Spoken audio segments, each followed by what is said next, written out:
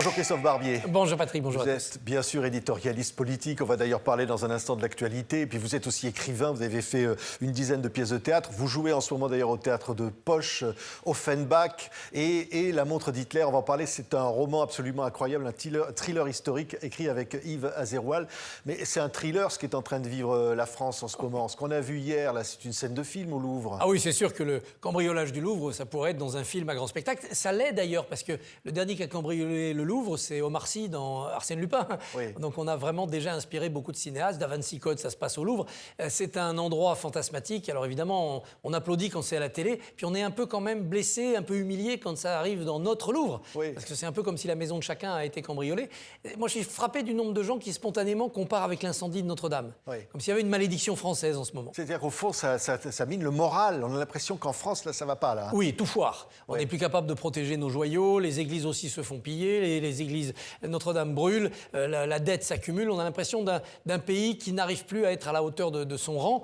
C'est une impression, un fait divers ne fait pas une leçon de géopolitique, mais enfin tout de même, c'est inquiétant et c'est pas bon pour le moral, en effet. Oui, un pays qui va mettre en prison demain un ancien président de la République, Nicolas Sarkozy. En plus, c'est-à-dire que les institutions même sont fragilisées, le pays est ingouvernable, l'Assemblée n'a pas de majorité, le président actuel est décrédibilisé par son impopularité et le président Sarkozy, lui, va aller en prison. Et il ne va pas en prison parce que c'est incontestable qu'il y a un flagrant délit. Il y a une grande contestation des élus, des supporters de Sarkozy sur la légitimité du jugement, mais surtout de l'exécution provisoire.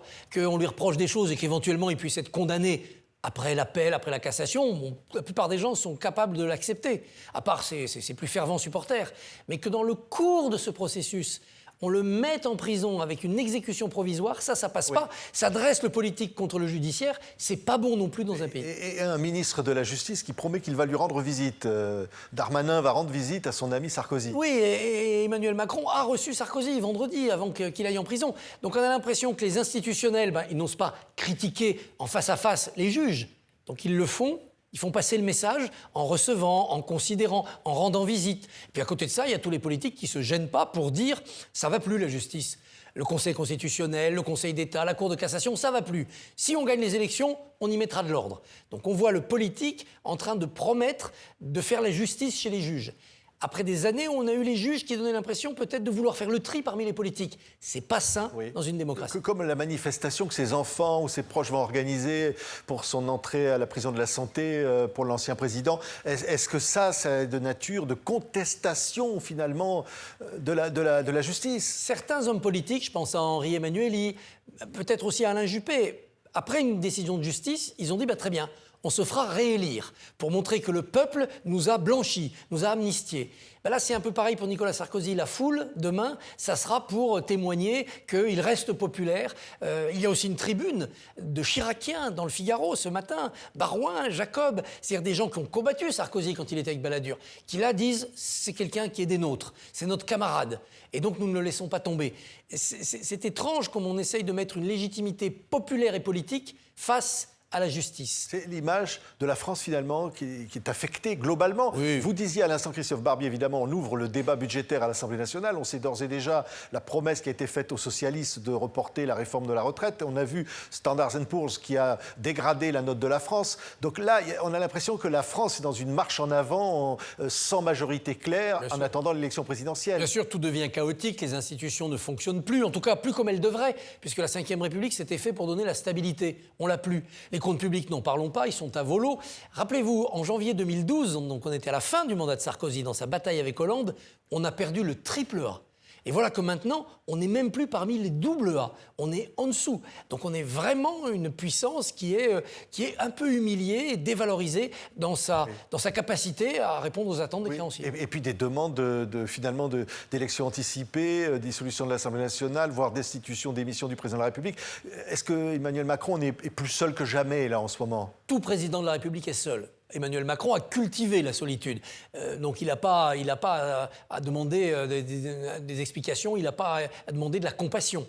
En revanche, on a à chaque fois le sentiment qu'un président en fin de mandat, c'est le cas pour Macron, il ne peut pas se représenter, ça a été le cas à cause de leur âge pour Chirac en 2005-2007 et pour Mitterrand en 93-95, ces présidents en fin de mandat, ils perdent le contrôle. Ils perdent le contrôle sur le pays, ils perdent le contrôle sur la manière dont la France doit être respectée à l'étranger, et surtout, ils perdent leur contrôle sur leurs propres amis. C'était le droit d'inventaire des socialistes contre Mitterrand, c'était Sarkozy contre Chirac, la rupture, et là, c'est Attal et Édouard Philippe qui se dressent contre le président qui les a fabriqués. Excusez du peu. Bien sûr, il n'aurait pas été grand-chose sans Emmanuel Macron. Mais ils ont bien conscience que s'ils se peignent en héritier de Macron, ils sont cuits. Donc, c'est Brutus, voilà. Oui. On assassine le président Macron pour montrer qu'on est capable de lui succéder sans être son héritier. Oui, mais il ira jusqu'au bout. On l'a senti déterminé, Emmanuel Macron. Oui, il est assez insensible à tout ce qui est objurgation des politiques. En France, l'exécutif, à ce niveau-là, le chef de l'exécutif, il ne part que s'il est chassé par la rue. C'est arrivé avec Charles X, c'est arrivé avec Louis-Philippe, mais c'est pas arrivé sous la République. Oui, De Gaulle, ça a failli faire. Rappelez-vous, quand il part à Baden-Baden, à cause des manifestations de mai 68, on se demande s'il ne va pas donner sa démission et fuir à l'étranger. Mais non, il a rétabli la situation. Oui, mais c'est ce que demandent les extrêmes, on va dire, même si le Rassemblement national l'invite de lui-même à démissionner, mais les LFI veulent le départ du président de la République, la destitution. Et LFI est dans un système révolutionnaire où ils veulent l'effondrement de toutes les institutions. L'Assemblée nationale, ils y mettent la pagaille, le président par une destitution, et puis, globalement, le reste en arrivant au pouvoir. Et même s'ils n'y arrivent pas, parce qu'ils savent que par les urnes, c'est quasiment impossible, s'il y a l'élection d'un président ou d'une présidente d'extrême droite, LFI espère qu'il y aura une sorte de sursaut révolutionnaire dans le pays et qu'on pourra enfin mettre par terre la Ve République, le capitalisme et la bourgeoisie. Oui. C'est une cohérence révolutionnaire. Oui. Je suis ravi d'accueillir Christophe Barbier, non pas seulement l'homme de théâtre, mais là, l'écrivain, le romancier, donc avec Yves Azerwal, aux éditions Studio Fact. Alors là, c'est La montre d'Hitler. C'est un roman basé sur une histoire vraie. C'est un thriller historique absolument incroyable. J'allais presque dire, il faut le lire pour savoir... Et on va découvrir dans le livre qu'il y a des éléments très actuels, finalement. Oui. D'abord, il y a le début et la fin sont exacts. En effet, Hitler s'est fait offrir une montre avec les dates clés de son ascension, avec son chiffre, ses initiales, pour son anniversaire, le 20 avril 1933. Il venait de gagner les législatives, il avait les pleins pouvoirs. Et cette montre a en effet ressurgi. Elle a été vendue en 2022 aux États-Unis. Entre les deux, on sait qu'elle a été récupérée en 1945 dans les ruines du Nid-Aigle d'Hitler par un soldat français de la 2e DB. Ensuite, on l'a perdu de vue, cette montre, jusqu'au moment où elle a ressurgi pour être vendue. Donc nous, on a imaginé ce qu'il y avait entre les deux. Oui, elle était vraiment vendue aux enchères, cette montre. Elle a vraiment été vendue aux enchères. C'est pas qu'il a acheté, mais elle a été vendue plus d'1 million d'euros. Hein. 1 100 000 $, donc en effet plus d'1 million d'euros, avec un peu de polémique. Et on ne sait pas ce qu'elle est devenue depuis. Ça fait 3 ans qu'elle est aux abonnés absents. Oui. Mais on sait qu'en France, elle a passé par diverses mains et ça brûle un peu les doigts. C'est comme ça qu'elle a quitté le territoire pour être vendue aux États-Unis. Entre-temps, on a imaginé ce qui pouvait se passer, nous, en 1990. On a choisi cette date exprès. Hein. C'est le moment de la profanation du cimetière de Carpentras. C'est le moment où il y a l'ascension de l'extrême droite en France, mais aussi en Allemagne, en Autriche. Il y a aussi le début d'un antisémitisme qui vient de l'Iran, avec le début d'un islamisme et d'attentats et d'un antisémitisme inspiré, importé du Proche-Orient. Donc tout ça nous a poussé à inscrire notre histoire dans ce moment des années 90 où la bête immonde, comme disait Brecht, revenait. Oui, Hans et Mia sont les 2 personnages de votre livre. Hein. Alors, voilà, il y a une comédienne, elle va hériter de cette montre un peu embarrassante, et puis elle va découvrir l'origine de cette montre à la rencontre d'un autre personnage qui, lui, a eu un grand-père qui a été dans l'entourage d'Adolf Hitler. Et tout ça va conduire à une sorte d'enquête. Parce qu'ils sentent qu'il y a un secret derrière cette montre, peut-être un secret d'une gravité extrême. Oui, il y a un secret. Ce sont 2 petits-enfants, le petit-fils de l'aide de camp d'Hitler. Il pensait son grand-père mort en 1945, et quand le mur tombe en 1989, il est libéré des geôles soviétiques avec son poids de secret. Et elle, au contraire, elle est la petite-fille du soldat de la 2e DB qui a récupéré la montre dans les ruines du Nid-Aigle d'Hitler. Et ils vont se rencontrer, en effet, le secret de cette montre. Oui. Et on a mis là toutes les mythologies du néonazisme. Hitler n'est pas mort, Hitler a eu des enfants, il y a un trésor nazi caché quelque part, des tableaux, des lingots d'or. Oui, ça, on l'a entendu, ça. Oui, on l'a entendu. On l'entend. Il aurait laissé un plan avec un trésor encore. Caché. Et on a trouvé encore, il y a quelques mois, en Pologne, des fûts avec des lingots d'or dedans, cachés par la SS. Donc, il y a une réalité, puis il y a un fantasme. L'idée que ça serait des milliards et des milliards de Reichsmark qui permettraient au nazisme de repartir sur de bonnes bases. Ce mythe néo-nazi, il s'éteint tout doucement, évidemment, mais il est encore vivace. Le néo-nazisme n'est pas mort. Et en même temps, il y a l'antisémitisme qui vient du Proche-Orient et qui retrouve aussi ceux qui, d'Irak, de Palestine ou à l'époque d'Iran, s'étaient associés avec le Reich, étaient fascinés par le Reich. Le grand moufti de Jérusalem, et Yves Azeroal a écrit une biographie du grand moufti, eh ben, il allait à Berlin, il était à Berlin à la fin de la guerre parce qu'il se voulait proche d'Hitler. Donc on s'est dit, il y a des secrets. Alors là, votre roman, il touche à quelque chose, mais qui peut être vrai au fond. On l'a bien compris. Et alors, cette fameuse montre, elle va nous conduire. On va voir qu'il y a des ennemis qui vont évidemment s'en mêler.